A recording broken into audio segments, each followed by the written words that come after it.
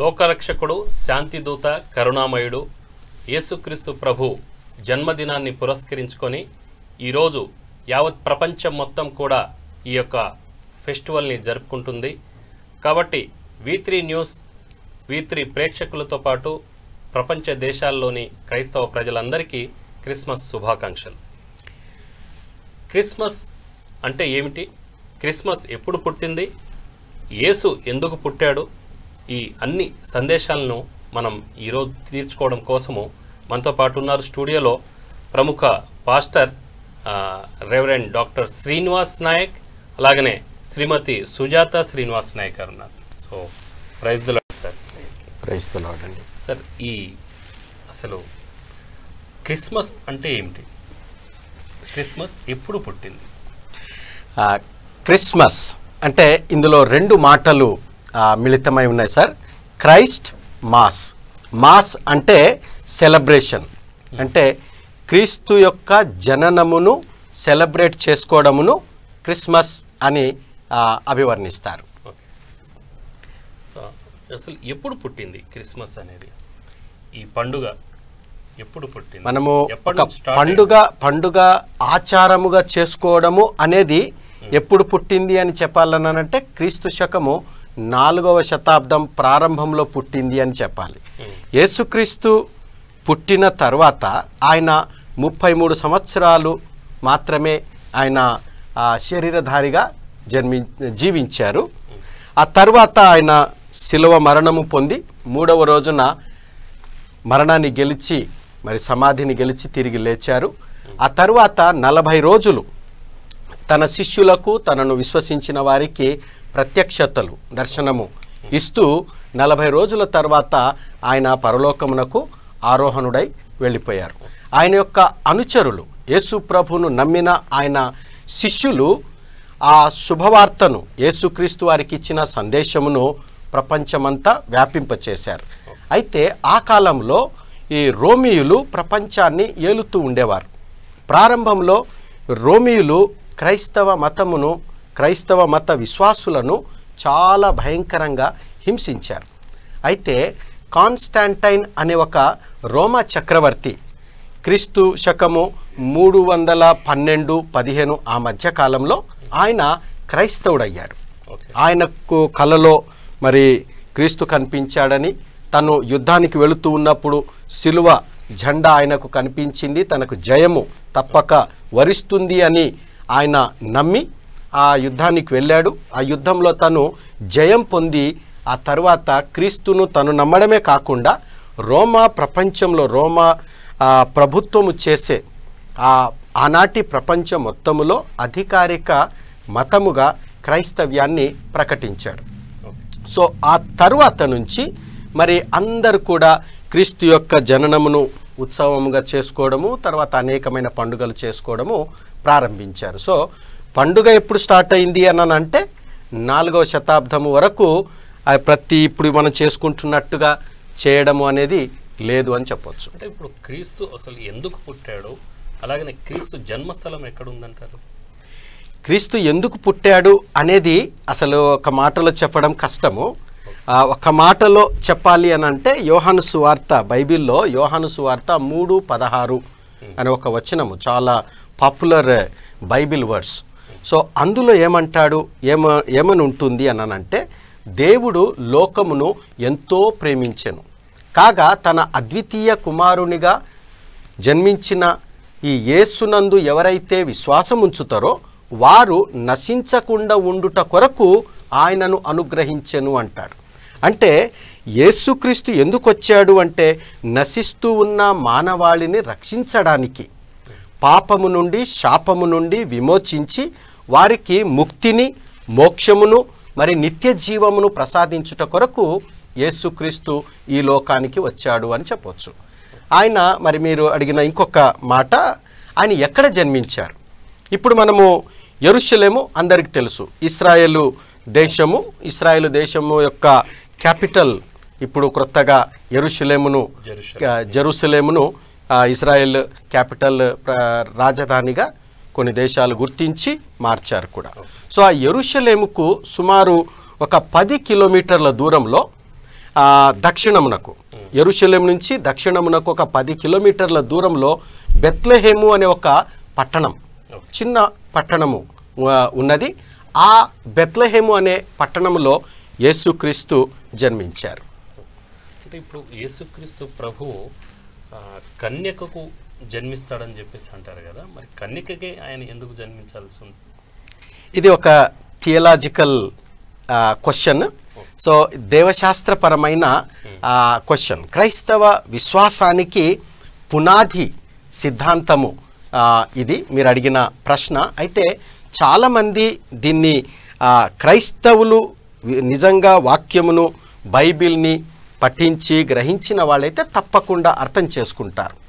ఇక్కడ ముఖ్యమైన కారణాలు 2 అని నేను మీకు చెప్పగలను, క్లుప్తంగా చెప్పాలి అంటే.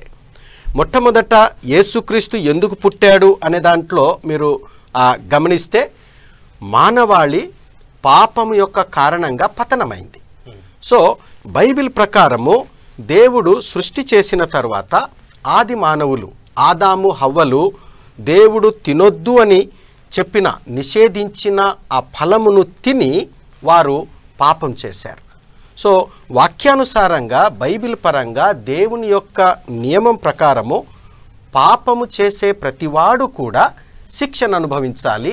ఆ శిక్ష మరణము అని బైబిల్ చెబుతూ ఉంది. సో పాపులందరూ కూడా మరణిస్తారు.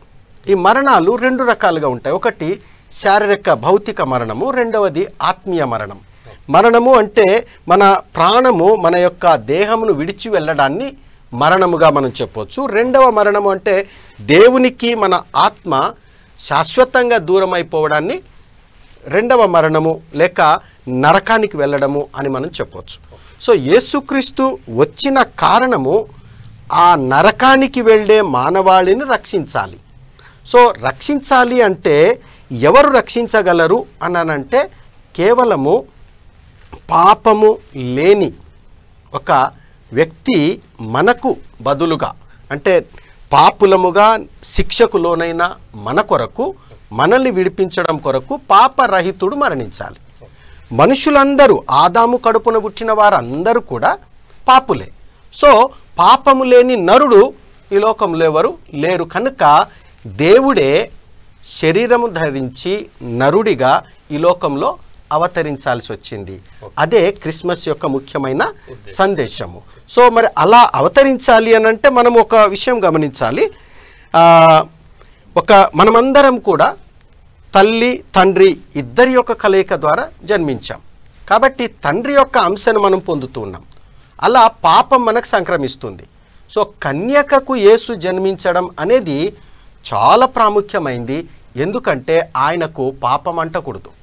సో పాపం అంటకుండా ఉండాలి అనంటే మరి ఆయన పరిశుద్ధుడుగా ఉండాలంటే ఇంకొక పురుషుని ద్వారా ఆయన జన్మించే అవకాశం లేదు. ఆయన పరమేశ్వరుడు, ఆయన దేవుడు. అలా మీలాగా నాలాగా అందరిలాగా జన్మించే వీలు కాదు. కాబట్టి ఆయన నరుడు కాడు, ఆయన దేవుడు. సో నరులను రక్షించడానికి వచ్చాడు.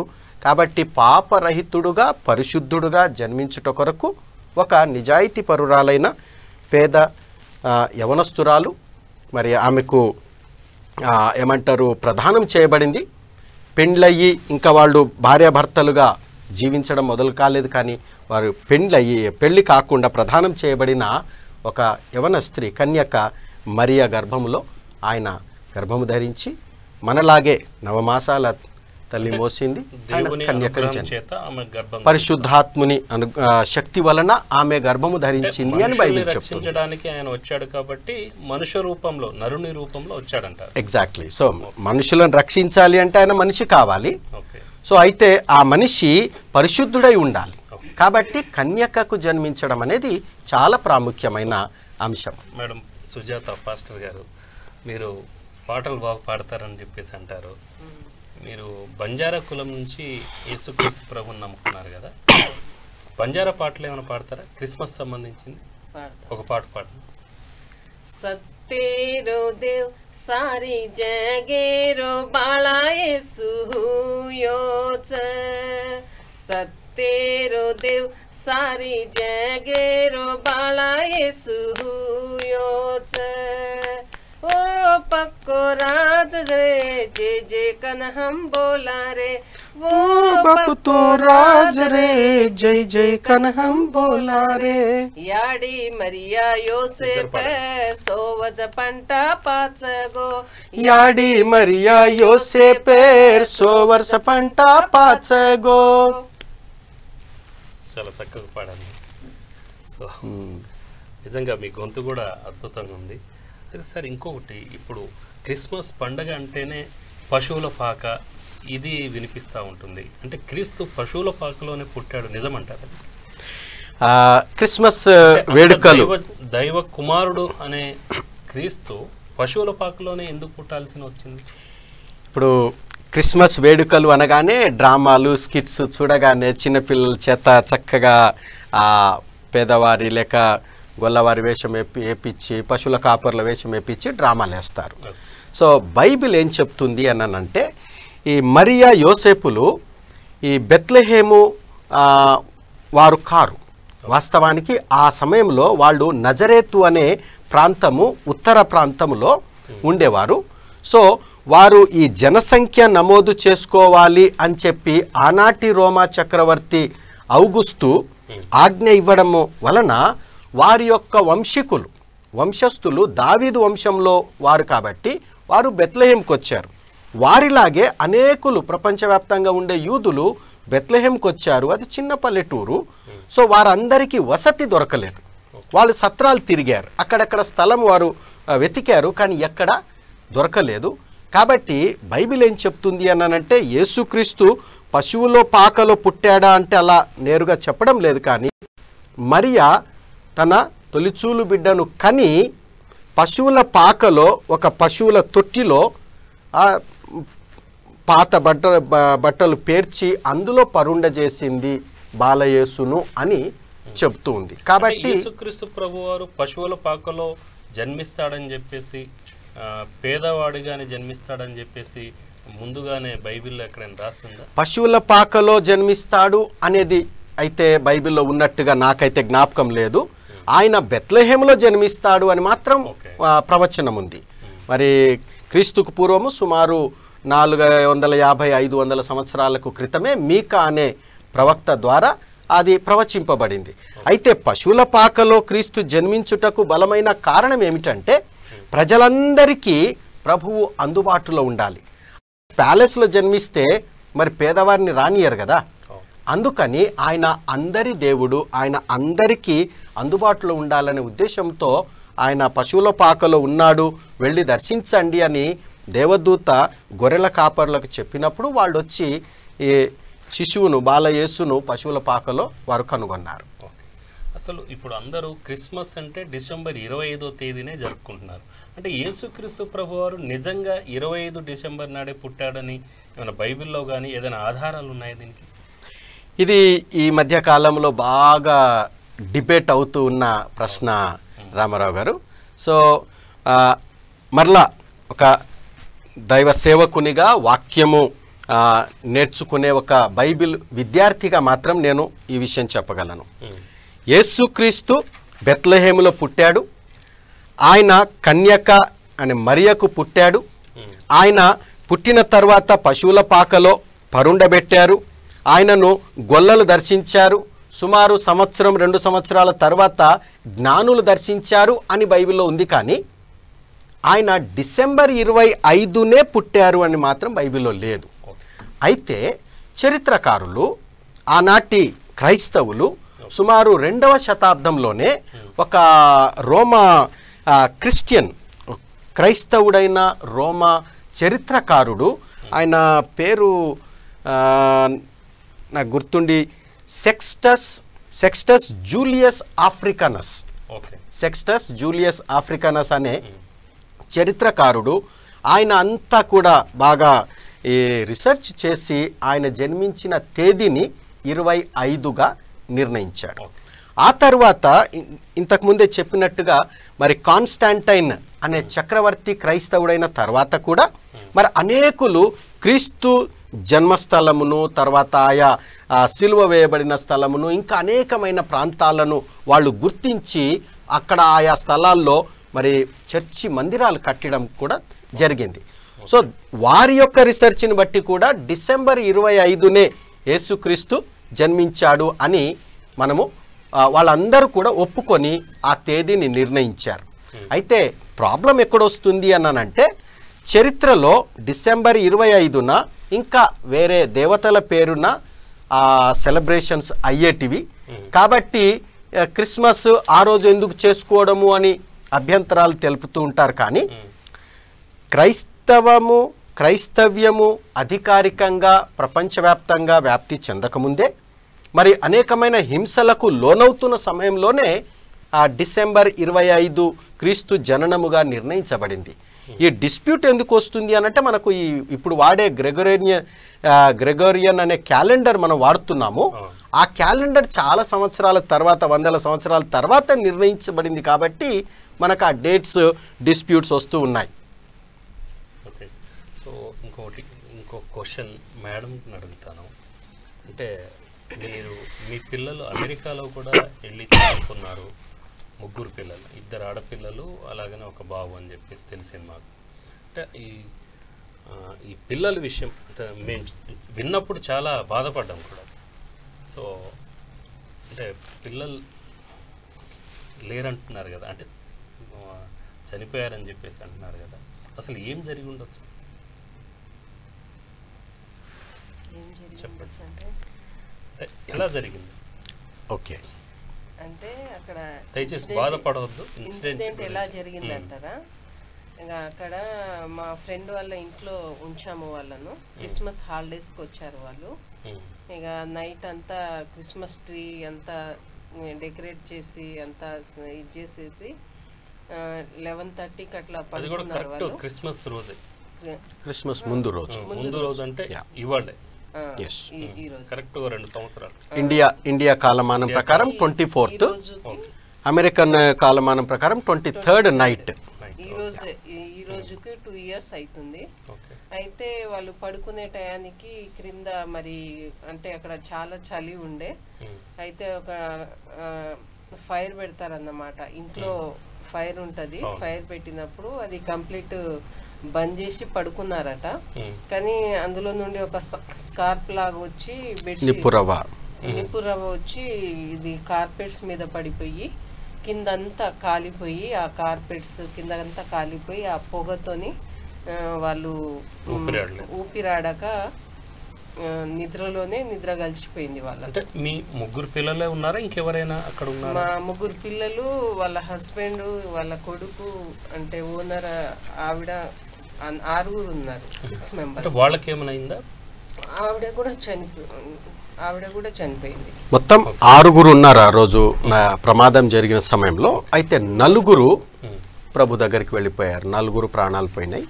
సో 2 దేవుని కృప వల్ల బయటపడగలిగారు. ఓహో, సో ఇప్పుడు మాస్టర్ గారు అంటే 3 పిల్లలను పోగొట్టుకున్నారు కదా, అసలు ఇప్పుడు మీరు ఎలా ఉండగలుగుతారు? అసలు సామాన్య వ్యక్తులకైతే అది కాని కాదు, అది అలా మనం ఎలాగా తట్టుకోవడం అనేది కాని పని. మేము కూడా సామాన్య మనుషులమే, కానీ బైబిల్ని నమ్ముతాము, వాక్యాన్ని చదువుతాము. ఆ వాక్యమే మాకు ధైర్యం ఇస్తుంది. ఏదున్నా కానీ బైబిల్ చదివినప్పుడు, వాక్యం చదివినప్పుడు ఆ ధైర్యం అనేది ఆటోమేటిక్గా దేవుడు ఇస్తాడు. ఆ టైంలో నేను అసలు నా పిల్లలకు జ్వరం వస్తేనే నేను తట్టుకోలేని సిచ్యువేషను. కానీ ప్రభువా నాకు పిల్లలు లేరని అక్కడ పోయిన తర్వాత తెలిసినప్పుడు నైట్ అంతా నాకు ఈ లైఫ్ వద్దు దేవా, నాకు నువ్వు తీసుకెళ్ళిపో పిల్లలతో పాటు, నేను జీవించలేను వాళ్ళు లేకుండా అని ఏడుస్తున్నాను నైట్ టైంలో. వీళ్ళందరూ పడుకున్నారు.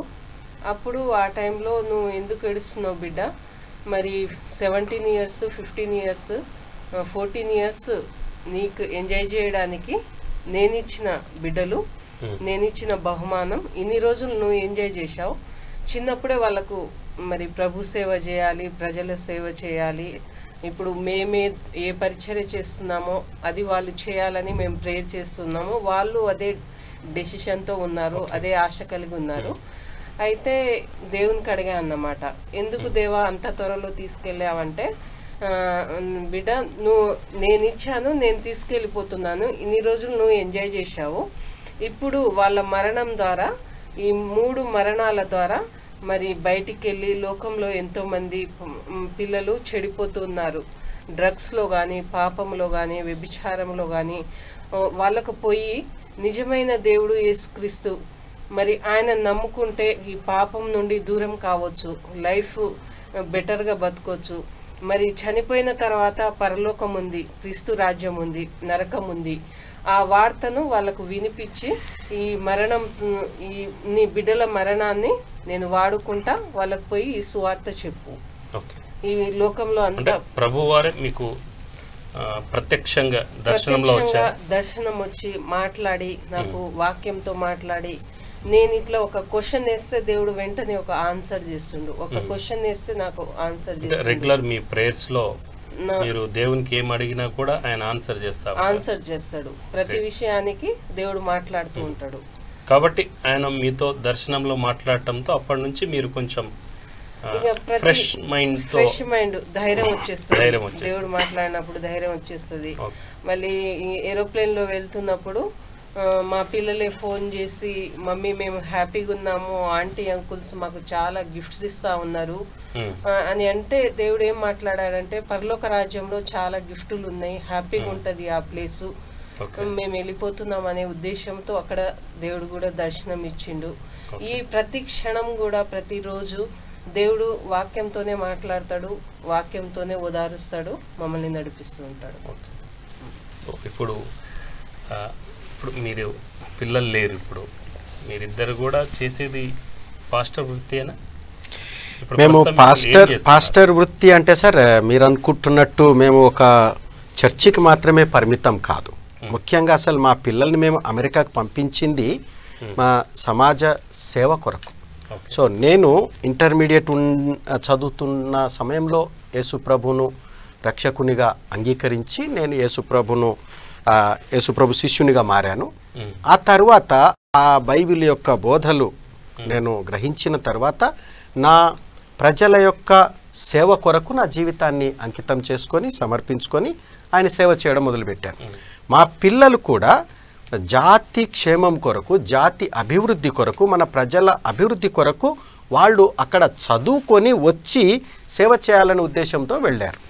సో ఈలోగా ఇక్కడ మేము కేవలము చర్చి మాత్రమే కాకుండా అనేకమైన సేవా కార్యక్రమాలు, మాకు మెడికల్ మినిస్ట్రీ ఉంది, తర్వాత సోషల్ మినిస్ట్రీ ఉంది, ఎడ్యుకేషన్ మినిస్ట్రీ ఉంది, ఒక్కొక్క స్కూల్ ఉంది, స్కూలు, ఆర్ఫనేజ్, ఫ్రీ ఇప్పుడు దాదాపుగా అంతా కూడా ఫ్రీగానే ఇస్తూ ఉంటాం. ఈ మధ్య కొంచెం ఏదో నామినల్ ఫీజు కలెక్ట్ చేయడం జరిగింది, కానీ చాలా మట్టుకు అంతా కూడా ఫ్రీగా చేస్తూ ఉన్నాం. సో ఇప్పుడు దేవుడు ఇచ్చింది దేవుడే, ఇక తీసుకుంది కూడా ఆయనే. సృష్టికర్తను ప్రశ్నించే అధికారం, హక్కు మనకు లేదు. ఆయన నిత్య జీవాన్ని అనుగ్రహించాడు కనుక మరణం తర్వాత జీవితం ఉంది అని మేమిద్దరము రూఢిగా నమ్ముతాము. దానికి యేసుక్రీస్తు యొక్క వాక్యము సహేతుకంగా ఆధారాలతో నిరూపిస్తుంది. కాబట్టి వారు ప్రభు దగ్గర క్షేమంగా, సంతోషంగా, ఆనందంగా ఉన్నారు. ఈ కొద్దిపాటి ఎడబాటును మాత్రమే మేము భరించలేకపోతున్నాం. జ్ఞాపకం ఉన్నప్పుడు ఒక దినం మీరు కూడా అక్కడికి వెళ్తారనే ఒక నిరీక్షణ, ఆ నిరీక్షణ వల్లనే మేము ఈ రకంగా జీవించగలుగుతున్నాం. ఇక మాకు పిల్లలు ఉన్నారు, ఇప్పుడు అక్కడికి వెళ్ళి చదువుకున్నారు, అక్కడ హాస్టల్లో ఉన్నారు, మీరు ఇక్కడ ఉన్నారు, ఆ విధంగా అనిపిస్తుందా? అప్పుడప్పుడు అంటే జ్ఞాపకము చేసుకున్నప్పుడు వాళ్ళు అక్కడే ఉన్నారులే అనిపిస్తుంది, కానీ జ్ఞాపకం తెచ్చుకున్నప్పుడు గుండె భారము బరువు ఎక్కుతుంది, దుఃఖం వస్తుంది, మేము కూడా ఏడ్చుకుంటాము. మేమేం మనుషులకు అతీతం కాదు, మేము మనుషులమే, కాబట్టి దుఃఖం అనేది వస్తుంది. కాకపోతే ఒక తేడా అనేది ఏంటంటే వాళ్ళు ఇక్కడ లేరు, అక్కడ ఉన్నారు, ప్రభు దగ్గర ఉన్నారు అనే గొప్ప నిరీక్షణే మాకు ఆత్మీయ బలాన్ని ఇస్తూ ఉంది. వెనక ముందు మనం కూడా పోయేటోళ్ళమే, దేవుని దగ్గరికి వెళ్తాము. చివరికి మీరు పాస్టర్ గారు మా ప్రేక్షకులకు క్రిస్మస్ సందేశాన్ని వినిపించండి.